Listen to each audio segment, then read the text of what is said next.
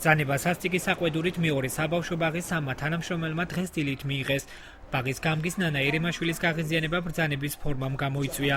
მისი თქმით, შენიშვნა უსაფუძვლოა და იგი იურისტებთან კონსულტაციის შემდეგ ბრძოლას სიმართლის დასამტკიცებლად სამართლებრივი გზით აპირებს. დაკისრებული მოვალეობის არაჯეროვნად შესრულებისთვის არასამეწარმეო, არაკომერციული იურიდიული პირის ბათუმის საბავშვო ბაღების გაერთიანების სტრუქტურული ერთეულის ნომერ 2 საბავშვო ბაღის გამგეს ნანული ერემაშვილს გამოეცხადო სასტიკის საყვედური.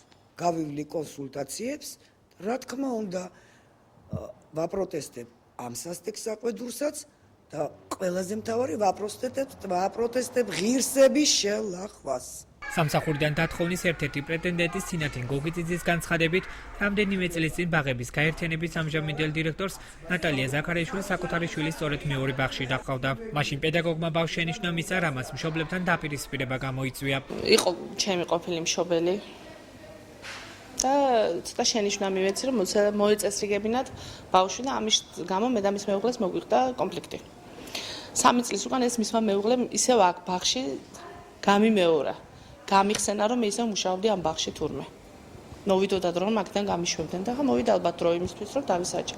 ბაღების გაერთიანების ხელმძღვანელი ნატალია ზაქარიაშვილი ადასტურებს, რომ მისი შვილი მეორე ბაღის აღსაზრდელი იყო, თუმცა პედაგოგებთან დაპირისპირებას უარყოფს. რატომ შეცვალა მეორე ბაღში სამი თანამშრომლის გათავისუფლების შესახებ გადაწყვეტილება, ამის მიზეზზე საუბარი ნატალია ზაქარიაშვილმა არ ისურვა. მეთოდის მასწავლებელს და ბაღის გამგეს დისციპლინური პასუხისმგებლობა სასტიკის საყედურის სახით დაეკისროს.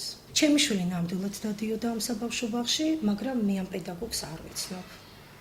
მე არასოდეს არ მქონია დაპირისპირება ამ პედაგოგთან, რაც მე მოვისმინე. რა გახდათ მოტივი პოზიციის შეცვლის? კარგით, აღარ გინდათ რა, ძალიან გთხოვდა. ბათუმის მერი ჯემალანანიძე აცხადებს, რომ დაპირისპირებული მხარეების მიმართ მითითებები არ გაკეთებულა. მერი აცხადებს, რომ გადაწყვეტილება ბაღების გაერთიანების ხელმძღვანელმა კანონის მოთხოვნის მიხედვით შეცვალა.